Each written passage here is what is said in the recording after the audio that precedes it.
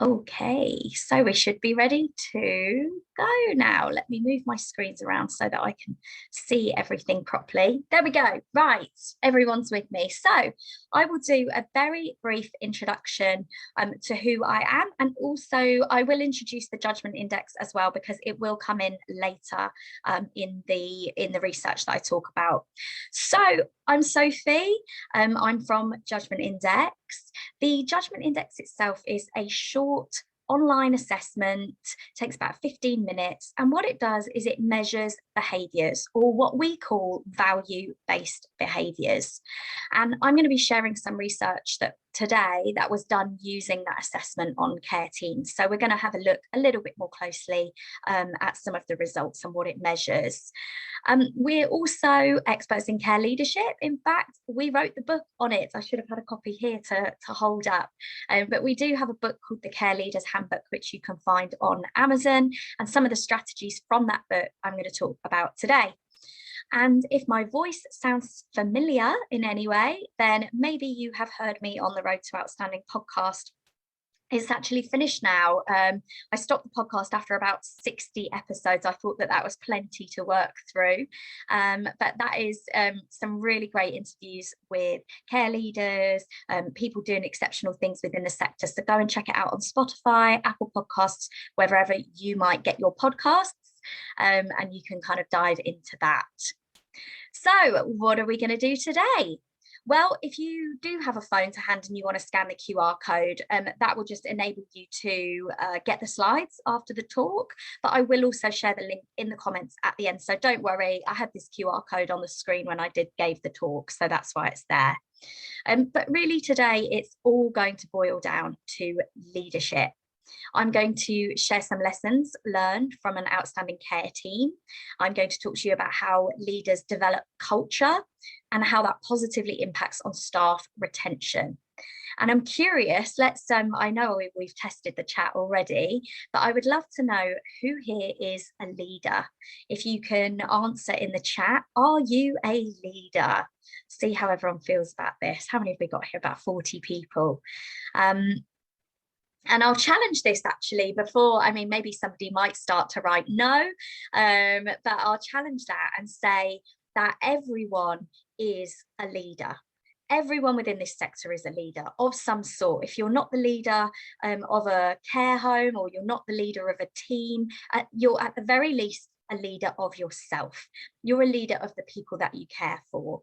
I'm sure that we're probably going to have more kind of management level here today, but anyone can get something out of this today. So hopefully everyone will at least go away feeling a little bit more like a leader. But I do have a bit of a confession. This was actually not supposed to be a talk about leadership. So following on from some research that we did on outstanding rated managers, which was a little while ago, what I wanted to do was look at what made an outstanding care team. I thought to myself, this will make a really great talk at the Health Plus Care show. You know, I knew I was going to have a keynote talk at that show.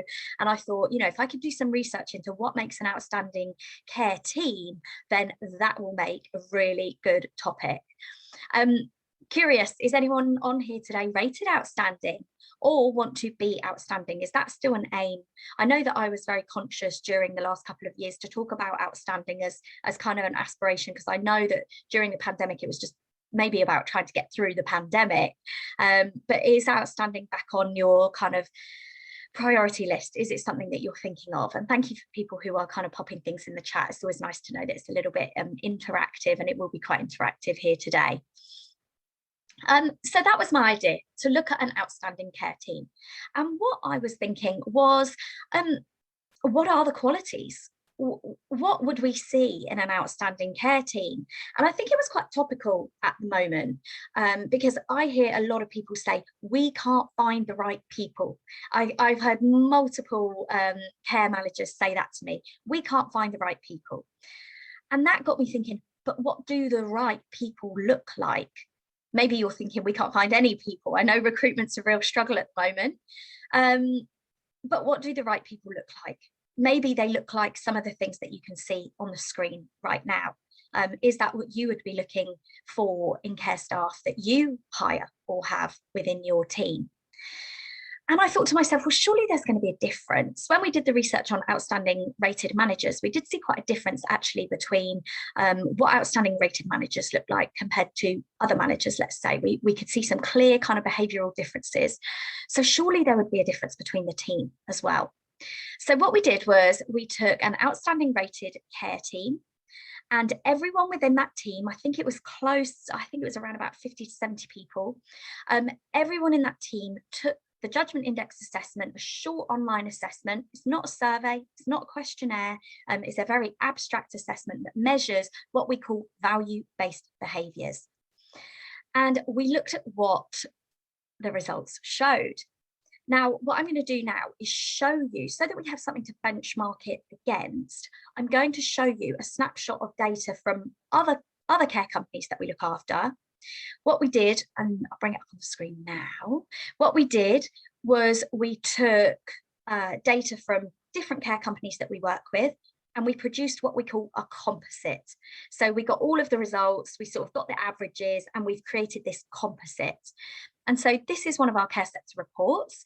This is a composite for other homes, not outstanding rated. And you can see as you kind of look through the 15 different areas that are here on the screen, these are the sorts of things that we measure, and these are the sorts of things that our clients look for in their staff.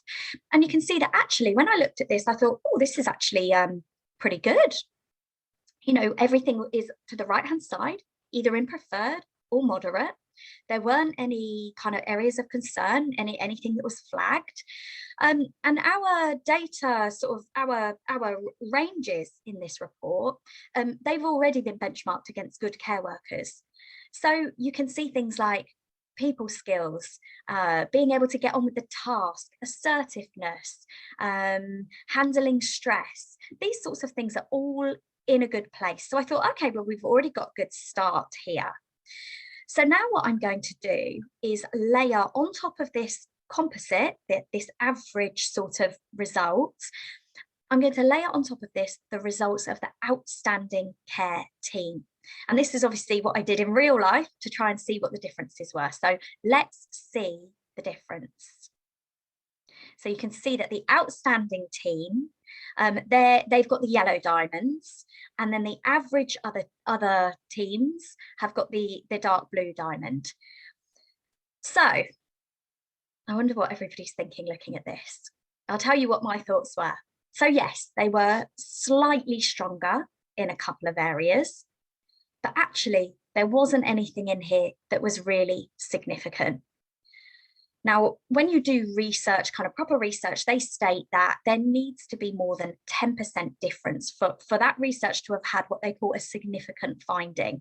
There was no significant finding here. So this is where my planned talk for Health Plus Care about the differences in an outstanding care team just began to fall apart. I thought, oh gosh, there goes my talk.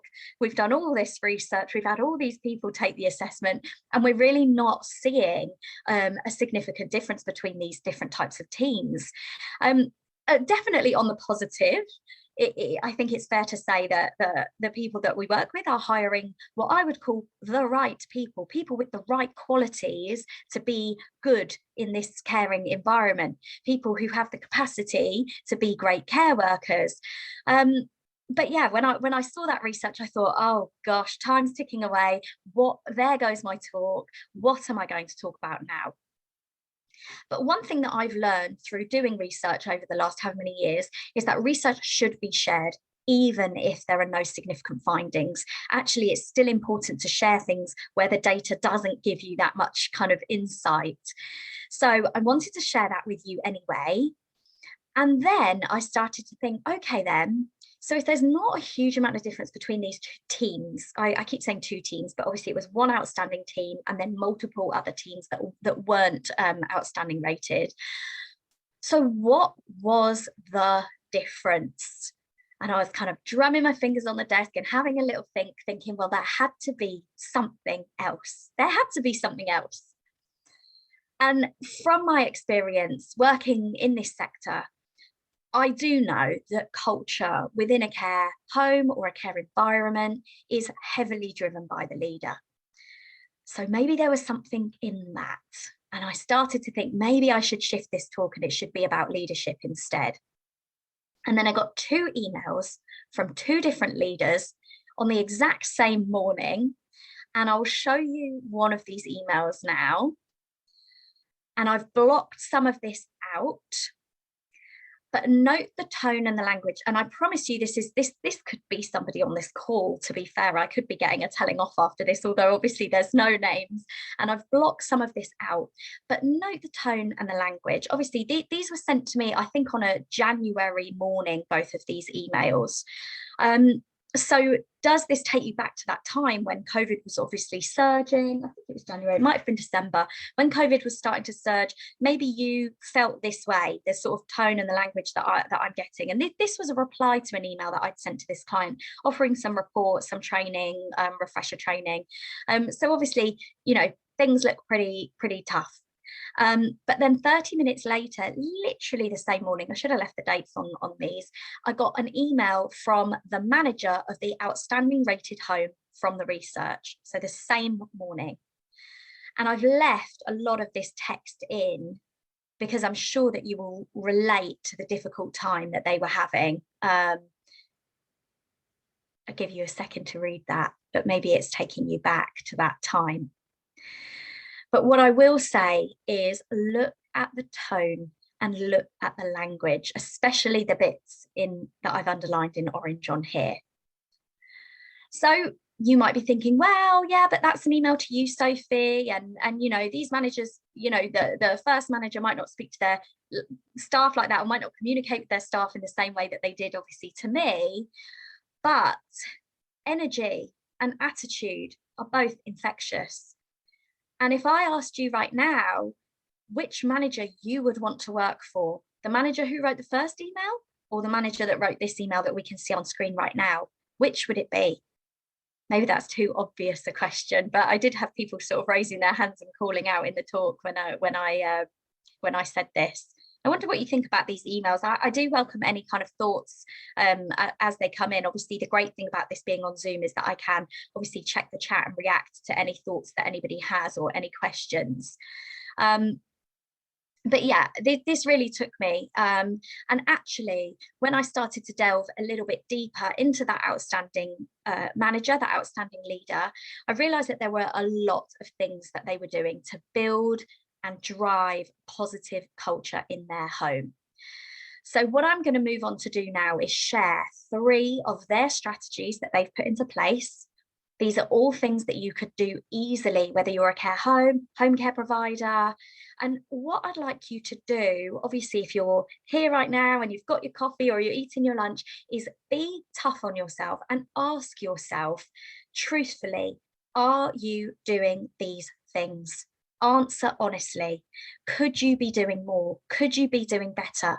Because none of the things I'm going to share today are rocket science, but really challenge yourself as to whether you are taking these steps and doing these things. So are you ready? Everyone's got a bit quiet, probably pens at the ready. Let's get started. So the first thing that this leader has done to really build a positive culture within their care home, he actually got this idea from our book, the Care Leaders Handbook. There's a whole chapter in there on this, and he took the idea from the book and he has taken it a little bit further than what we have in the book. So what I'll say about this, values, they're the heart of any care company, but they are often not owned by the staff. They might have been created by the HR department if you're in a larger company. They might have been created by the owner of the company when they started however many years ago. They might have even been thought of whilst on the golf course, who knows? But most of the time, the values of a care company are words that are written on a wall somewhere, perhaps words on a website, and they're not owned by the staff.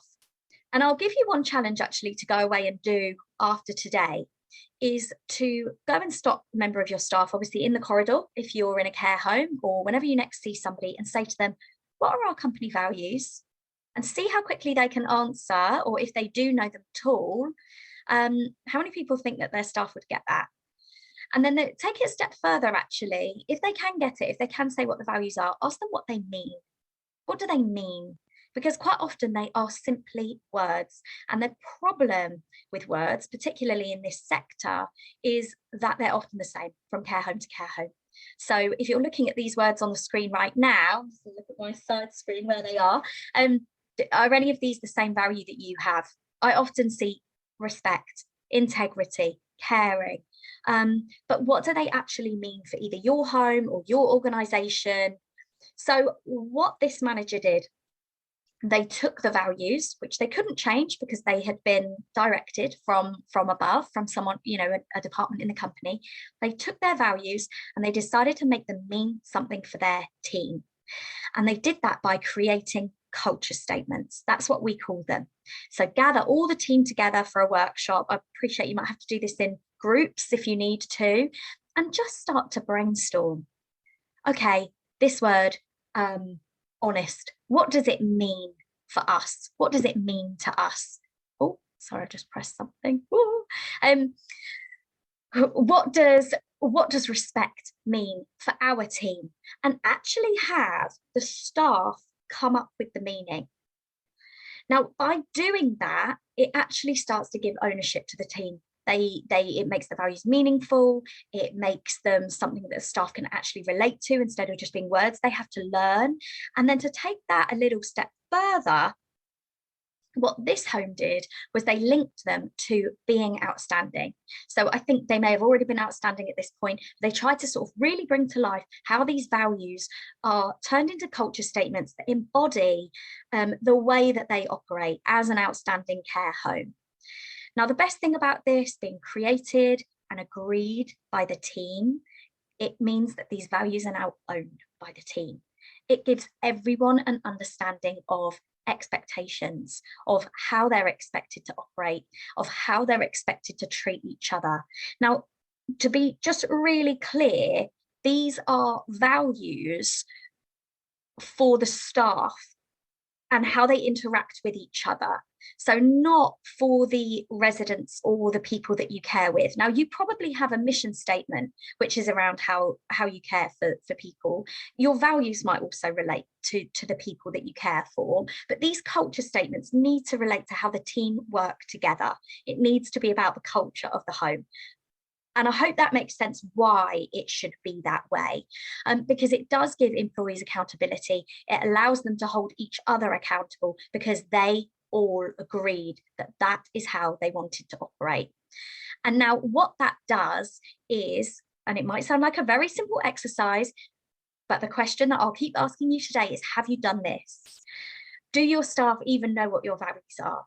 Let alone be able to describe what each of them means in the context of your home or your organisation. And what I would say is, if anybody is watching today that thinks, oh, but I'm one home in part of a group, you can do this for your home. Yes, the values might be for the whole group of homes, but that's not to say you can't have culture statements that are specific to your homes. And this exercise can really be a turning point for culture because you're giving it back to your staff.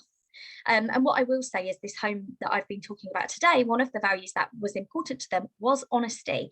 And what they decided that meant is that between them, they decided they needed to be kind to each other, but not necessarily nice for niceness sake, always kind, but always honest. And what that meant is that they could pull each other up on things if things weren't done to standard or whatever it might be, without fear of someone getting upset. They would do it in a kind way, but they would always be honest. And they could do it that way because they'd agreed. That was the culture they wanted. That's how they would remain outstanding. So what are your thoughts on that?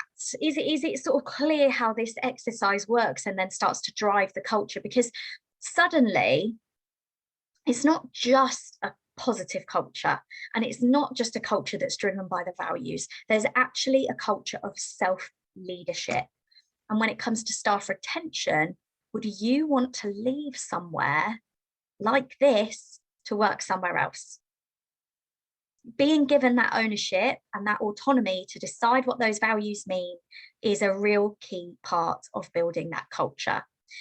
Please let me know if you have any challenge to this, or if there's something you're not sure about, or if you've got a question around how that might work.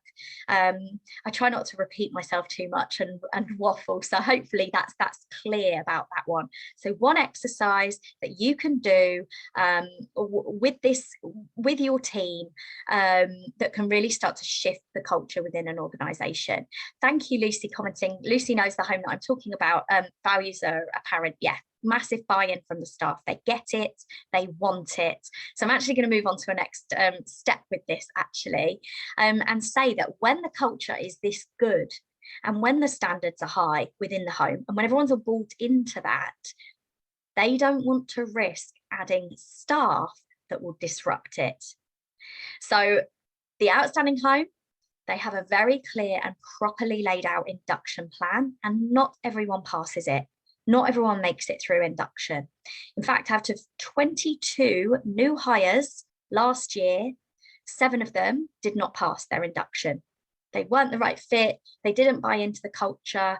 And you might be watching this and thinking, well, I can't be that picky. We need to take anyone. And I've had people say to me, we need to take anyone with a pulse. But this manager has built the culture of the home so that no staff member wanted someone coming in who wouldn't get that. They all agreed that actually they'd rather be short-staffed and work extra shifts or whatever it might be, and kind of muck in, than have someone there that was going to disrupt that culture, who wasn't bought into the culture, who was going to bring it down. So having a good induction plan really helps that, because it gives you that opportunity to sell people that culture as they come into the organization. So how can you use this strategy to improve your current induction? And what I will say, actually, feel free to scan the screen if you want to, but I will get this to you at the end. Like I say, this was from the show. We have created a 6-step guide, and it will talk you through how to create a really robust induction process for new hires. And you can see the things listed on the right-hand side of the screen. And what this does, what I will say is induction is not just day one, that's orientation. Induction is as long as it takes to get somebody from brand new, doesn't know anything, to fully embedded member of the team. So however long that takes, 3 months, 6 months, that period of time is really, really crucial. More people leave during that time than any other time. And what it enables you to do by having a proper plan in place is encouraging self-leadership from the start. So encouraging it through things that we've got listed that you'll get in this guide. Obviously, I didn't have time to talk through the whole guide at the show because I only had however long for my talk. But things like having training lists, things like having progression, feedback going both ways, not just you to the new hire back to you to tell you what you could be doing better. All of these things are encouraging self-leadership so that this person comes in and fits in with the team. And what was the result of that? I've just sort of alluded to this. More people stay. And this might sound shocking, but this home does not use any agency staff at all whatsoever. Even when they were going through that COVID outbreak that was described in the email that I was sent, that I showed earlier, where you could just read from the language how tough it was. No agency. In fact, this manager said that people were coming in and doing sort of shifts in between the school run, or a tea break shift, or a couple of hours here and there, just so that they did not have to bring agency within the home, because they were so committed to what they'd built. What difference would that make to you if you could cut agency, if you did not have to use agency because your team was so committed?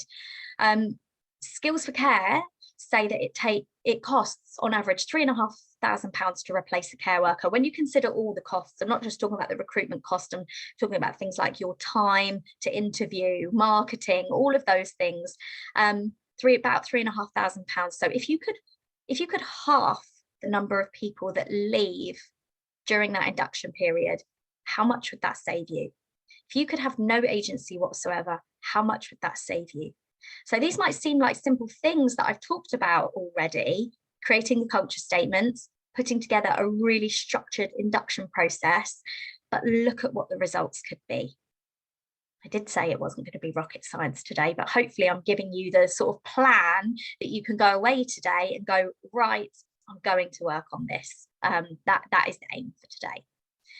So any thoughts so far? Any questions on anything before I move on to the third and final strategy? So we've had that, developing the values into culture statements. We've got the in-depth induction plan, which you will get sent after today. And now I'm going to move on to the next one. Now, this is really topical, but the final strategy involves improving well-being for the staff. And the reason why this is topical right now is I found out the other day, I was contacted by some companies that said that the Care Inspectorate, which is in Scotland, have started asking about well-being and staff welfare during their inspections. So if that's happening in Scotland, I'm sure that it's not going to be long before that this is added to an element of the Chloe's. Maybe it will fall under well-led, but I do believe that CQC will pick up on this at some point, and well-being will be something that you will have had to have covered. I mean, obviously we should cover it anyway. It's obviously very important. But a lot of people find it really difficult to think about what to do for staff well-being. So I'm sharing some stats with you here on the screen. So every year we offer our clients to put their entire organisation, home, company, whatever it might be, through the judgment index assessment. Obviously, we saw the things that were measured earlier. And what they do is our clients actually use it as part of their appraisal process. But in recent years, it has become a great marker for well-being as well. What we do is we dive into the results, and these are the sorts of things that we are finding. Now, you won't have, if you're eagle-eyed, you won't have seen these things on the screen in the previous report that I showed you, but this is kind of going on in the background. Anyway, we dive into the stats and this is what we pull out. So you can see what we're typically finding. And just to point out, these are averages. These are not for the outstanding home that I was referring to, but these are kind of averages that we're seeing. 39% of staff have a development area for self-esteem. What that means is that people generally have low self-esteem, nearly half of any care organisation. So what are you doing to build self-esteem and confidence in your people? And I think that this is the real sort of clear, most important area to focus on.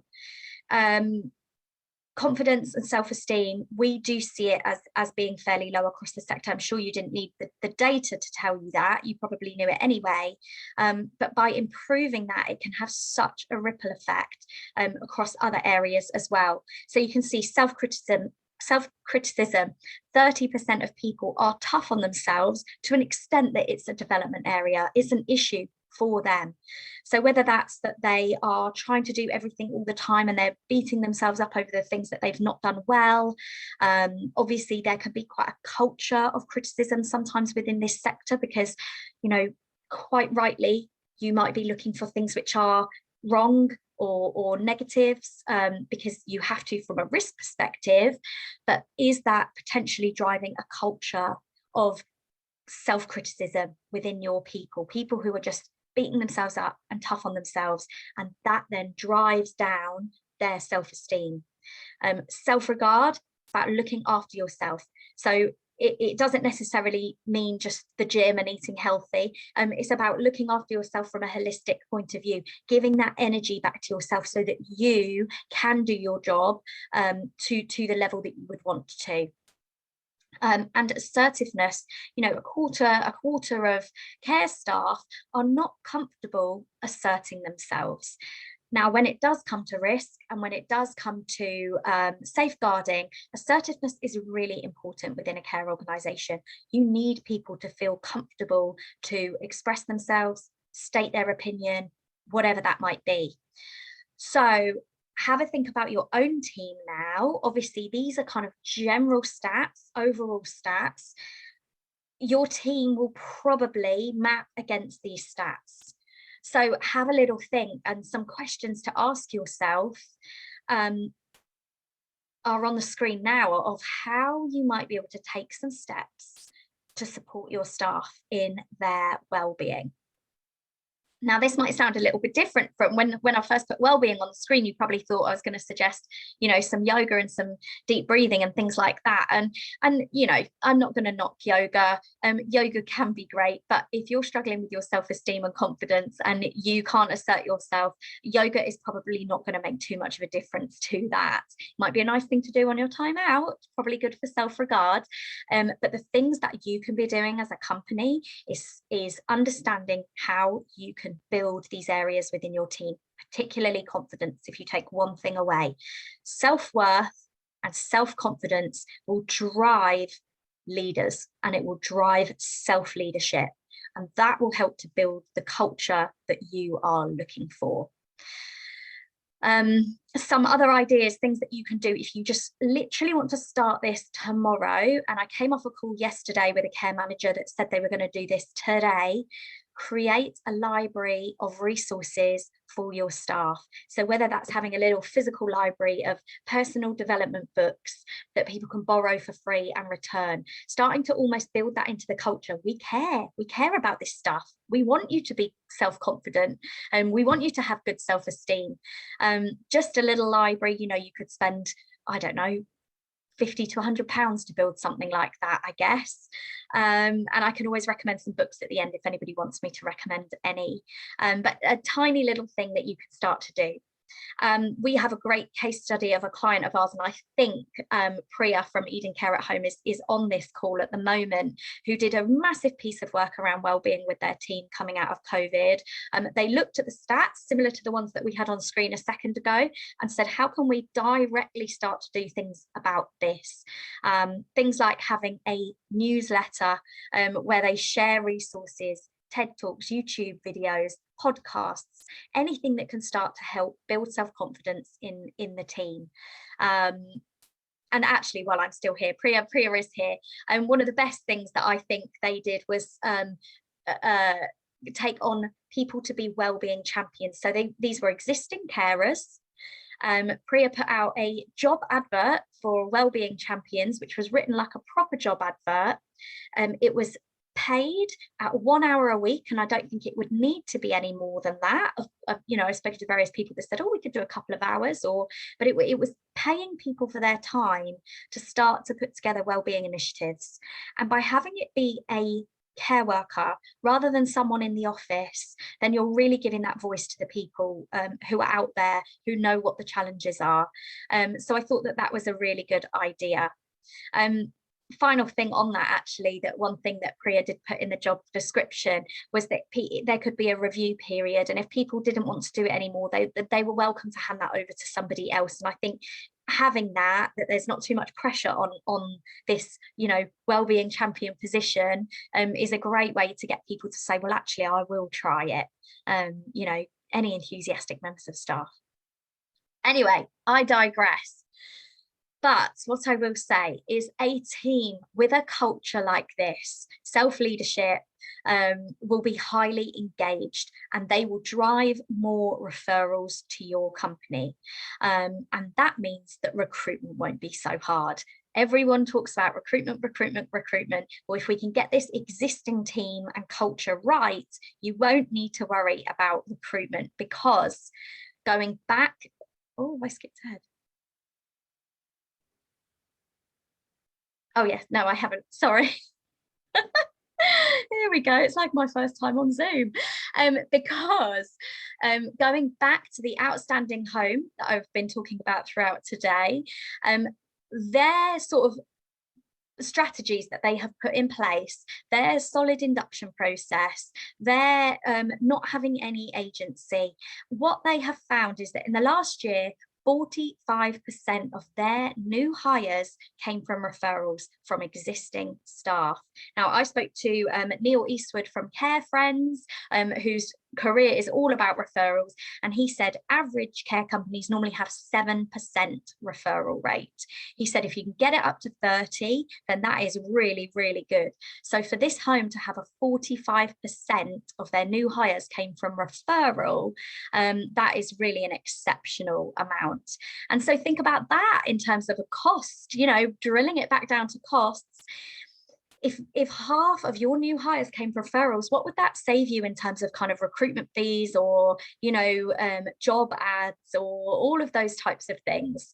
And to kind of summarize, really, that these 3 strategies that I've shared with you about the values and building that culture, about that solid induction plan, and about looking after the well-being of your team, they have resulted in a better culture of self-leadership, staff who were prepared to go the extra mile, take on those shifts when they were really in a tough spot, no agency staff whatsoever, and nearly half of the new hires coming from referrals. Put yourself there and imagine what difference that would make to your organization. These 3 strategies, they can produce amazing results. They're not difficult. Think of the difference you could make if you went back and started to work on these 3 things. Think about where you could be in 6 months' time, because it all comes down to one thing, and that is having a leader who will drive it through the organization. So I'm going to stop talking. I'm going to ask one final question to you. I obviously challenged you at the start to be really tough on yourself and say, are we doing these things? Could we be doing them better? And my final question for you is, are you up for it? Because we're giving you all the tools to do it. Are you up for it? Let's have some kind of thoughts and ideas in the chat. And so that brings me to the end. I did say that I would come in at about 40 minutes. So that is ideal. What I'm going to do right now is I'm going to drop in case you can't scan that QR code, let me just drop that link in. So if you want to click that link and pop your details in, I'll send you everything from today, including the guide to induction. But I would really love to know if anybody has any questions. And we also have, we have Priya on, although I've not warned Priya about this, but I'm sure Priya would be happy to answer any questions on the wellbeing side of things. And we also have Ben, who is the manager for the outstanding care home, who we did the research with, and whose culture statements you saw on the screen. So if you do have any questions, feel free to put them in the chat box. If you'd rather come on the screen and talk, that would be fantastic. Just pop a note in the chat, and we'll see if we can get some people on, or you can ask to unmute if you'd rather talk. But let's see if we have any questions here. And what I will also say is, if you would like to talk to me separately about any of this, or about what if you want to have a separate conversation, I'm just going to actually just drop in my calendar link as well. You can click that and book a call in with me next week if you want to have a chat. No hard sales from me, but if you want to have a closer look at anything that I've talked about today, then please feel free to book a call in with me. So Alison, great question. What sort of things could the wellbeing champion do?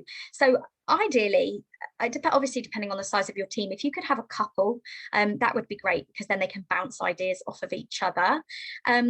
But some simple things that they could start to do.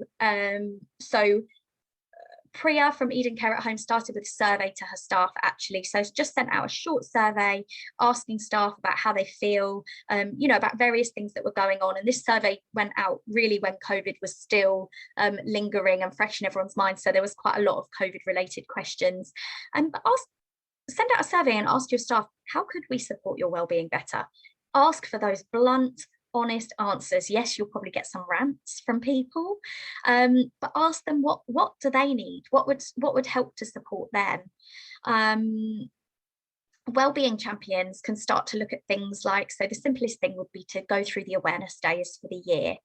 We're obviously in Pride Month at the moment. There are things like National Kindness Day. World Wellbeing Week is next week. I'm actually running a separate event for that, so feel free to add me on LinkedIn and you can find the details for World Wellbeing Week. They can sort of start to hook into these awareness days and then plan initiatives around it. And this doesn't have to be just for the staff. This could involve residents or clients as well. But wellbeing champions are there to really drive the well-being of the staff. That's the key agenda for them. So is there something you could do, such as obviously social events? Are there things that they can do in terms of personal development? So I'm actually running a workshop on Monday where I'm doing a train the trainer session, training people how to deliver mini personal development workshops to the team. And that's something that they could do. Almost think of them as being just like how you would have an activities manager to run activities for the residents. The wellbeing champion is about running wellbeing related initiatives for the whole team. I hope that helps, Alison. I'm trying to think of what else they could do. They could obviously be the people in charge of the newsletter. So one thing that Priya's team find is that because they are a home care company, obviously staff don't always know each other that well. So they did a bit of like a meet and greet in their newsletter. So every newsletter will have a little bio on somebody and some interesting facts about them. And what Priya said happened is that it sparked more conversations with people. When you can build those shared connections, you know, and kind of build that engagement between the team, that does, those social interactions also help support well-being. So I thought that was really interesting. Anything else? Any other questions from people? Still got a lot of people here. So please do let me know if you have any questions at all. And Ben is here too. So if you have any questions to Ben from the Outstanding Rated Home about what they do, please throw them in. We can bring Ben in.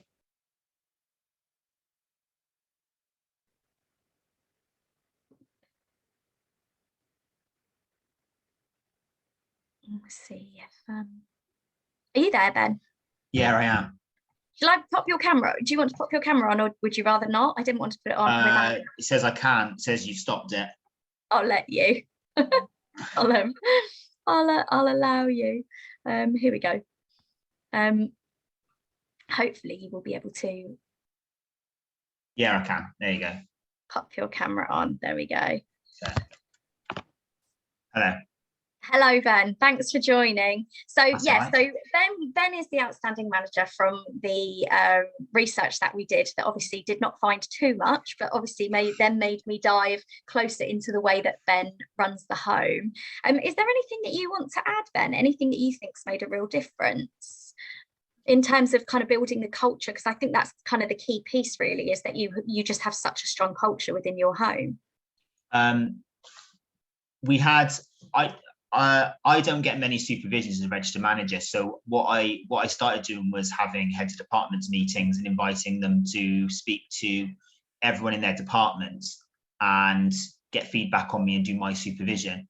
And I did that. I started that about 2019, and one of the first things people said to me was, if I'm in a crap mood, the whole atmosphere plummets. So I have to be really positive all the time, because I'm really worried that's going to impact on everybody. So I'm disgustingly positive all the time, even when I feel like crap. And it does work, you know, when I come in, and I've just, I'm on like the registered managers forums on Facebook, and somebody put something on about, you know, team aren't responding very well and they go above their head and all of that. What do you do? And I just said, come in and don't let them know that they're getting to you. Come in, smile, be really obnoxiously loud and nice. And it works, because I had that a couple of years ago with my night staff. I just said they didn't like them, they stopped talking to me. So I just was really positive, and they got bored of it after a while. And be really positive. It's a great way to start, because it's infectious. Positivity is infectious. Yeah. Have a great laugh, you know, be serious when you have to. You're not there to be people's friends, but be positive. Yeah, I think that's interesting that you basically had a 360 feedback from your team as well, which I wonder how many people would be brave enough to do that, to go and ask their staff about what they could do better. Brilliant. No, thank you for that. That's yeah, and yeah, you're right. Negativity is infectious, and positivity is infectious. So it is really key, and obviously it does shine through from the top. And people that work in this sector are very intuitive anyway. They are, because they're, you know, if you're working with people who don't communicate or whatever it might be, you're reading body languages, etc. People are more intuitive in this sector, so they are going to pick it up more. But we've got an interesting question. This is such a hard question. Can you see this? So Amy says, we're seeing massive care shortages in the country. Carers not showing up to work due to lack of benefits, rising cost of living and low pay. How would you suggest we tackle this? Gosh, I find this one really difficult, because you can't shy away from the fact that things are so tough at the moment. But what can you do about it? Have you got any suggestions? The reason that I had to skip out of the meeting for 20 minutes or so was because I'm actually doing an event for Skills for Care on Wednesday about this. So I had to do a run through of my presentation. It's my first ever live presentation, and I'm the keynote speaker. And I'm lucky in a way, because I actually went through a recruitment crisis back in 2018. So I was prepared for our recruitment, well, for the social care recruitment crisis, and I was able to prep. And I had loads of problems, and I did everything wrong to try and resolve those problems. You know, I hired people that I knew weren't suitable because I needed to fill a gap. I promoted people that weren't suitable. I did loads. I mean, I've got a list here for my presentation.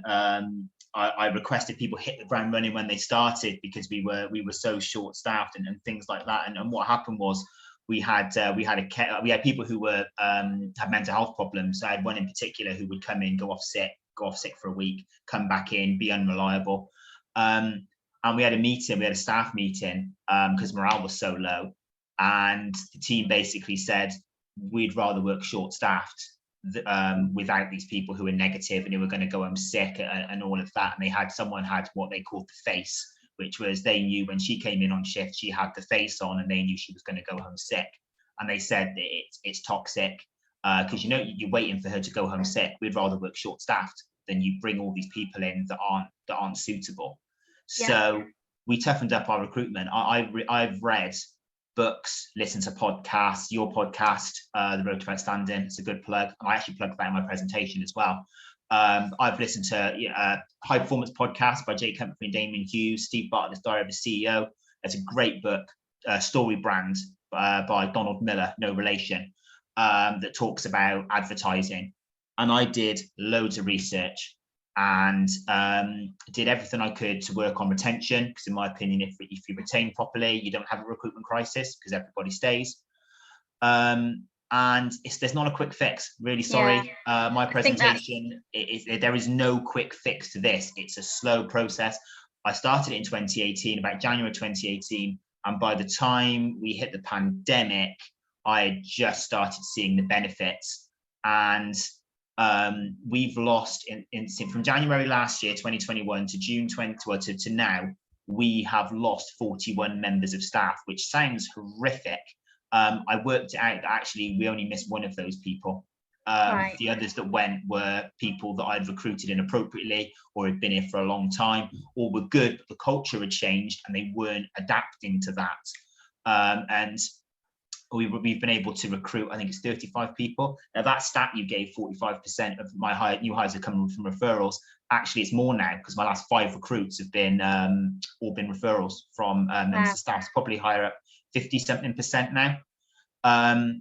It's a difficult one. Now, people say about the cost of living. In my presentation, I actually say, do you really want people working in social care because you pay lots of money? Because then they're in the role for the wrong reasons. People don't work in social care because the money's good. People work in social care because they care, or they should do. And we don't offer like £500 in the first year if you come here and stay and stuff like that. Because in my opinion, you're going to attract the wrong type of people. And it's all about working out how to tailor your adverts, and approaching things in the right way. Social media is a big one. I think if anyone wants to look at how to run a care home social media, search for Castleford House Nursing Home and Castleford House Teams. We've got 2 social media pages, and hopefully that'll give people ideas. And we share a lot of. What I'll do, Ben, is I'll link in the email that follows up with this after this. I'll link the bits that you've talked about, and I'll link the event that you're doing next week as well, so that people can go. Castleford House. Castleford House Nursing Home. I've got a waiting list of people to come and start working for me. So I've got someone who's not due to start till approximately September-ish if someone leaves, because I've got, and that's nurses as well, because I know nurses are an issue. That's nurses as well. And that's without using any recruitment agencies or nothing like that. That is just social media, local newspaper, and it's not just me. If anybody else is interested, especially for home care, get in touch with. You might not thank me for saying this. Get in touch with Simon Crowther on LinkedIn or Twitter. No, we're good. No, we get on with Simon. Yeah, he's more than happy to help. And he's for home care. He did a stat. I think he started his new home care company. Since January, he's lost no staff at all. I've had a question. Is that a question for me? What benefits do you provide? I don't really provide any benefits, to be honest. I mean, in terms of our area, we pay average. So, we don't pay much more than the average care homes in the area. Simple fact of the matter is, and I'm going to sound really egotistical, but it's true, we're the best, We've got 4 mental health first aiders. I'm a mental health nurse. I've got loads of qualifications in things like life coaching and stuff like that I've done in my own time for the job. I work a lot. Obviously, I'm a workaholic. My team can contact me whenever they want. I do whatever I can for them, my team generally. And sorry, Ben, just a couple of the questions, which were, how do you retain carers and how do you make people feel valued? That's what this entire talk's been about. It's been about what Ben has put into place. Ask people. Ask people. It's go back to the beginning when you get the recording and start it from the beginning, because this talk has been about building that culture within the home so that people do feel valued, so that they do stay. And I'm so glad that you said, Ben, there's no silver bullet. You have to face up. And that's why at the end, when I was saying, think about where you could be in 6 months, start tomorrow, but think about where you could be in 6 months, because nothing will happen overnight. Culture doesn't shift overnight, but you can start that journey, and we've laid out the steps of how to do it. And obviously Ben is the success story sharing that it works. Sorry, I think it's Tamara asking me if there's been anything to do with raising the cost of living. No, haven't had to. I mean, I see things on Facebook like care home managers kind of someone I had to stop following them because they were posting all these things like, McDonald's are offering £13 an hour. I can't keep my staff to going to McDonald's. And my opinion is, that's fine, tell them to go. Sorry, that's controversial. But if they're going to McDonald's for £13 an hour, they shouldn't be working in social care. Sorry to say it. And I know people probably give me flack for that. But, it's if people are struggling financially, that's up to, that's up to you. You've got to do what's specific to you. I mean, something we've done recently, someone's husband's passed away, for example, a member of staff's husband's passed away. So we paid her, we paid her a full wages up until she's ready to come back. That's a benefit, I suppose. I would like to think most normal workplaces would do that anyway.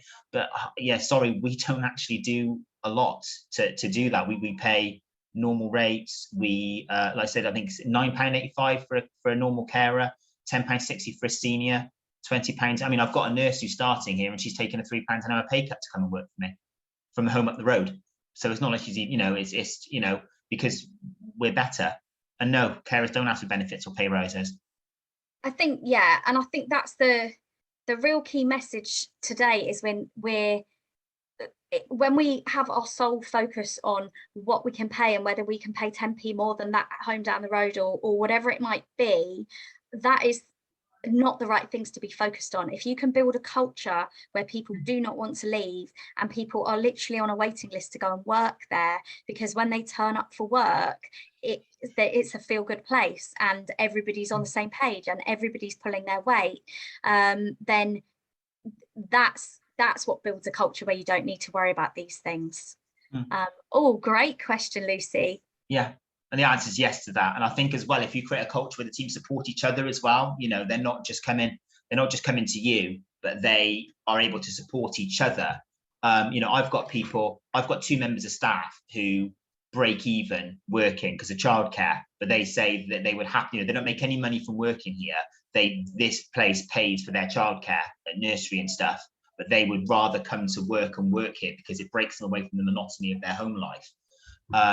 If it helps, I'm very aware we're running out of time. If it helps, yeah, we're going to have to wrap up. I'm on Facebook, Ben Miller, or if you message the Castleford Care homepage, I'm not the admin, but my team can put you in my direction. I am more than happy I mentor a couple of people. I'm more than happy to phone people, do Zoom meetings, or chat to anyone to see what I can do. And Dawn, yes, it does. And that person needs to go. Yeah, brutal, but great. Yeah, mercenary. Yeah. Thanks so much, Ben. No, it's great to get you on and get some questions. I know that people would rather ask questions to you than me, obviously, because you're the one who's living it and doing it and achieving it. But for everybody who's watched today, you will get a copy of this. You will get the details that Ben's shared. Ben, I might have to ping you a message and get all of these from you so I can include them in the follow-up email. You will get an email straight after this just to say, did you enjoy it, etc. And then just give me a chance to get this recording uploaded onto YouTube, and then I will send you the link and all the details that Ben's shared as well. Yeah, probably got quite a few links to send to you. Thank you very much for everyone who's joined. Thanks, Ben, obviously, for letting me start with some research with your team that didn't find too much, but that's a good thing because it led us onto a different path and a different conversation. And thank you. I know Priya's been here as well from Eden Care at Home, who's doing some amazing things with well-being for her team. So it's great to have Priya here as well. Thank you everyone for joining. I hope that was a useful hour for you. Hope you've managed to get some lunch in that time. And if we do another one, we will let you know. Thanks, Sophie. That's brilliant. Thank you. Thanks. Thanks, Dan. Great to have you on. And yeah, I'll link your presentation for next week as well, in case people can join that. Right. I was going to play some music at the end, but I think I've closed the screen. Yeah, I have. So I'm just going to have to say a big thanks very much. Great to have everyone here. Thank you for all your questions. And hopefully you've got something to go away and think about. All right. I will stop the recording.